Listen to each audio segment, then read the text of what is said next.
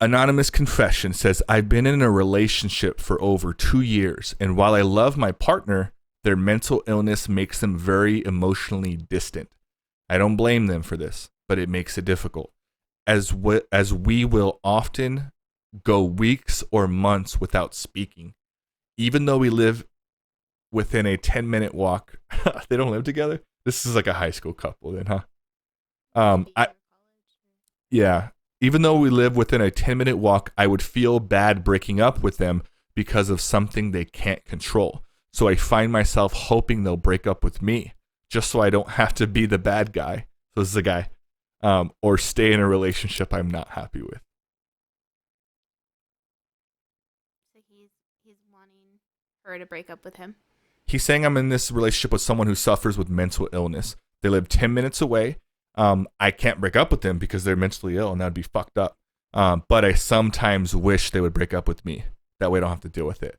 This is just so I don't have to be the bad guy or stay in a relationship I'm not happy with. This is actually pretty interesting because we associate mental illness with understanding, which we should be, right? And we both agree as working in the fields that we do, we agree that you should take this.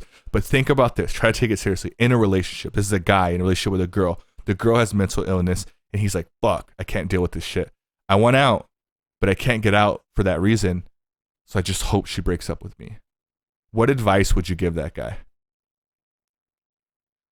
Well, I think first I would, kind of like talk to that person and see, like, because I do believe, like, back with the energy, like, yeah, obviously if somebody has like a mental illness, I've been someone sometimes like where if I see the good in that person, I don't know why, but that's all I ever see, right? And then there's other people that are like, oh, but this person's like crazy or they did this. And I'm like, really? Like, with me, they're fine, because I'm just focused on all their good qualities rather than worrying about maybe qualities that like maybe I don't find as desirable, right? Yeah. So that would be probably my first advice to that person is like, do you feel like you can come to a place where you can just focus on all of the good in her? And is that enough for you? And if you do that, or if you've already done that, and you come to a point where you just are ready to move on, then you should move on, because by staying with her, you're not only unhappy, but you're also not allowing her to be in a relationship with somebody who might be able to support her and her mental illness. Yeah, I think this is totally the guy's fault in this relationship. This is how I feel about it. That's when I interpret it. Here's what I hear. I hear a guy that's with a girl that he doesn't want to be with, regardless of her mental state. And he's hoping she will do something to sabotage it that way. Here's what that tells me is that you're kind of weak and you're unable to acknowledge the fact that you're uncomfortable with something. And here's my opinion on working with someone that has mental illness. A person with mental illness can function as a normal person if they're getting treatment or on medication. Regular, and we'll use bipolar. It's a big one that's pretty common, right? If you're dating someone that's bipolar, you're dating a regular ass person who happens to be bipolar. It's a chemical imbalance. You know what else is also a chemical imbalance? Anger, thyroid issues. You know what I mean? These are all things, right? But no one cares about it. My point is, with medication treatment, both or one of the two, that's a regular person. The same way someone that's epileptic can take their medicine and function as a normal human being, right? So people that have mental health disorders, they're regular people. And if this person is saying their mental health is causing issues in our relationship, if you care about that person, then help them with their mental health. It shouldn't be annoying. You knew what you got into when you got with this person. Whether they're diagnosed or not, you kind of know. You kind of know. And it's what you signed up for. And if you're going to back out, it better be for some bigger reason than that. That's just my opinion on this. Now, you're right when you said this girl deserves to be happy. I think she does. He's wasting her time. They're wasting each other's time in a weird way. But I don't know if I was giving advice to this guy, I would say, what's going on with her? What mental health condition does she have? Because there isn't one single one that I've ever heard of that's a deal breaker, right? Yeah, exactly. Even schizophrenia, even multiple personality disorder, these can all be treated. Yeah. All these things, they're all treatable. And as someone who watches Dr. Phil like religiously now, I've seen there's an episode where a dude thinks he's Batman. Do you ever heard that? I'll show you that one. Yeah. If a guy can think he's Batman, They ended up together. Their fiance. They showed like a thing a year later. They had them back on the show, and he was like, "Yeah, it turns out I'm not Batman." Yeah, he really. I sold my suit, and they got married, and they're happy as hell. Yeah. If a girl can look at a guy or anyone who thinks they're Batman and take you on a show and stick by your side and help you get treatment to where you can sell the Batman suit, then you can put up with this. That's a situation that is bonkers in my head, and they figured it out. Yeah. You can always figure it out. There's always a solution. There's always a solution, because there's people without mental illness that you shouldn't be with, right?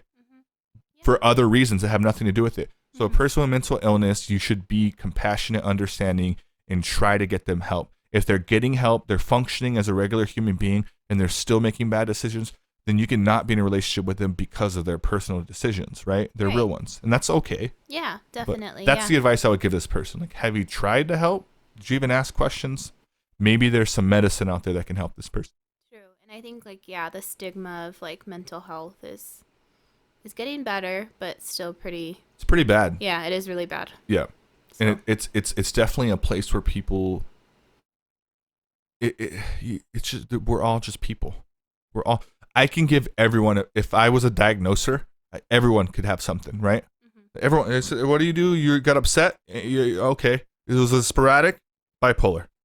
Yeah. I could give it something out to everyone, right? Yeah. It's like a title, right? It's a title. It's all it is. It's really something. But let's not do that. I'm not saying we should do that. Let's not do that, and understand that some people live with different things. A person with a diagnosis is just a person that's figured it out.